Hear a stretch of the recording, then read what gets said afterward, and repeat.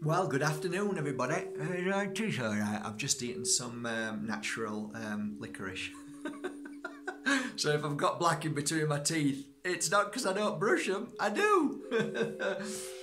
Hi, guys. It's a lovely day today, and this topic of self-help is one which is dear to me. I think a lot of us have gone through this, and I think it's really important that we always are aware of it. So, what is today's topic of conversation and self-help? Stepping over the line from helping somebody across that line to living their life. I've often talked about this as something that is an invisible line, and it's up to you and me to be able to always be aware that because we've got good hearts, because we're kind, because we're caring, and because we want to help people, it is a natural instinct in you and I to be able to go up to somebody and give them a helping hand. The problem we have there is that because we have a super sensitive heart and we want to help and we want to do as much as we can because it's our natural instinct, there is a certain dangerous thing that can happen. And it isn't their fault if there's a repercussion, it's your fault. Now that sounds awful, does it?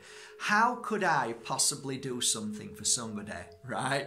Something so beautiful and it be my fault if anything goes wrong? Who actually ever said that doing wonderful things is always going to be rewarded in wonderful opportunities and wonderful things? Who said that? Was it in the Bible? I don't know. Where was it written? I don't know, but one thing I can tell you is my experience has been the opposite of what people often say, that when you give and when you do good, it always comes back to you tenfold. Well, I have a saying, and it says the heart that gives is always full.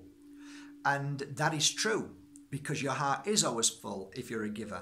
But it doesn't mean that when you do something so profound and something so amazing and wonderful for somebody, and it's a continual energy which never stops, then eventually it's going to cause effect very badly. Look, let me explain to you, okay? You might be a little bit confused by what I'm saying.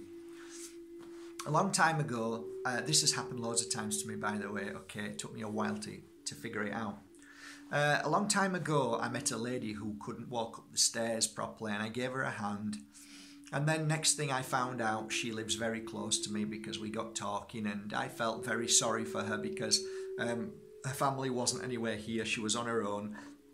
And like a good guy, and like any of you would have done, you would have met her one day, seen her, and noticed that she was down and not feeling well, and because you ended up talking to her, then you felt, you know what, I'm just gonna hold my heart out and say, do you want to come for a drink, or would you like to go down to the coast, seeing as though you haven't got a car, and would you like to just have a little day out where you feel at peace and happiness? And then the excitement is wonderful, and you share your experiences together, you chat a lot, and then you become friends.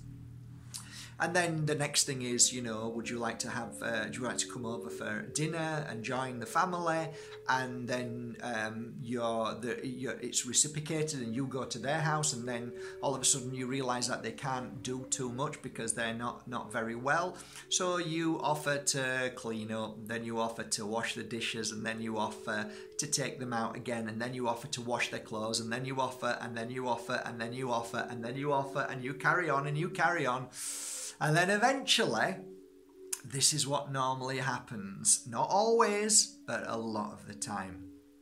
Eventually you stop and you look and you think, hang on a minute, I don't mind doing all of this, but there has to be a dual energy, the energy of effort from their part. But the problem there is, my dear friends, is because you have taken over their life, they now sit back, do this, and watch you, and actually are enjoying what you're doing, and they think you're great, which is true. They think you're wonderful because you're doing all of these things, and you are wonderful for doing it. But it's quite nice for them to watch you do it, and actually, do I need to do that? No, I don't, because good old Mark will do it. And all of a sudden you start to see this and think, no, hang on a minute, this isn't why I did it. I kind of swept your doorstep so then you can continue sweeping it, and I'll always help you if you need a helping hand. But hang on a minute, I'm sweeping it every day and now you're actually not doing anything. And then all of a sudden you go, hang on a minute, that's not right. Shame on you again.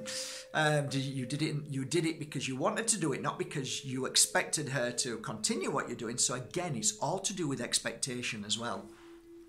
So now, all of a sudden, you've come to this decision that you think, well, actually, hang on a minute, maybe what I'm doing is not really helping at all, because this person's actually got worse and they're not doing anything for themselves. And then you get a little bit annoyed and then you say, you know what, I don't think I can do this anymore. And then you pull away, and then the person who's like this all of a sudden goes, excuse me, what are you doing?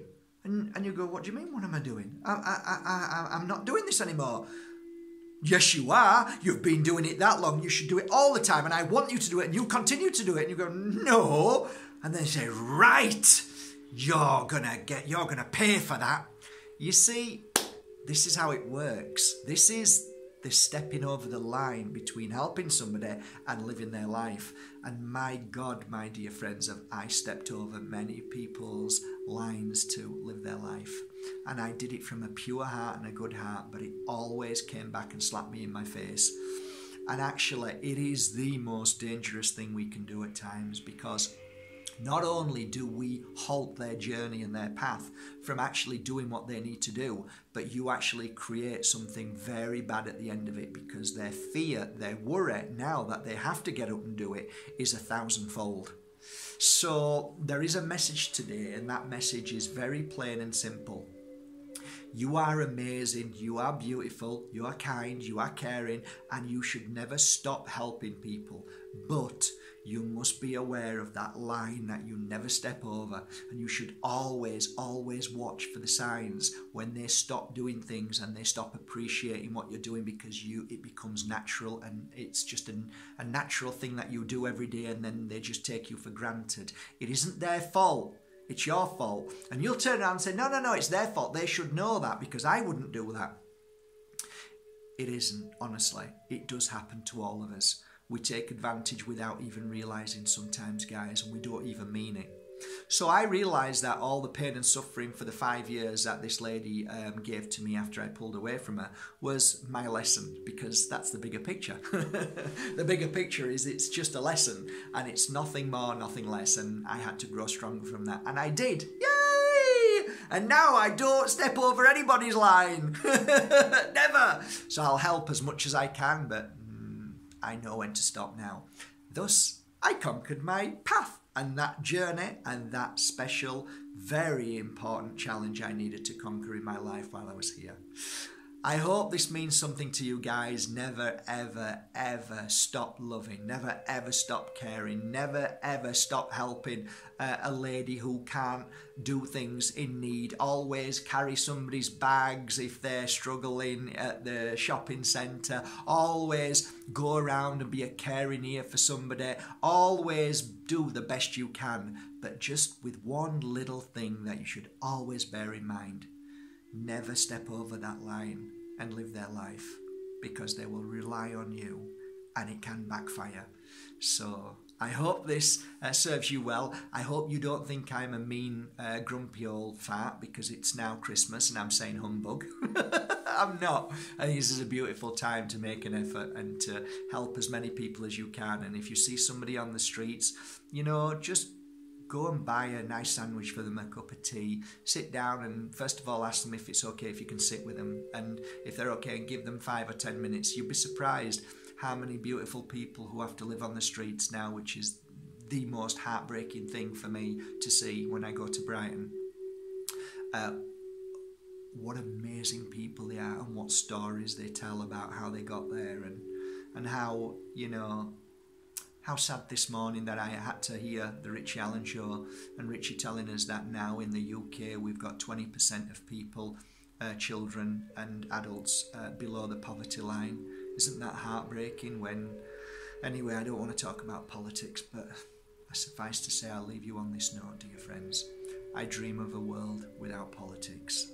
Have a great day, guys. Love you all, and just do your best. And I know you're amazing, so just keep going. Love you all. I hope this message serves you well and you understood it a little bit. Please don't be angry with me. Don't get upset with me. Don't send me bad messages. This was only to help you grow stronger and not fall into a place where you have to suffer like I did. I don't want you to suffer.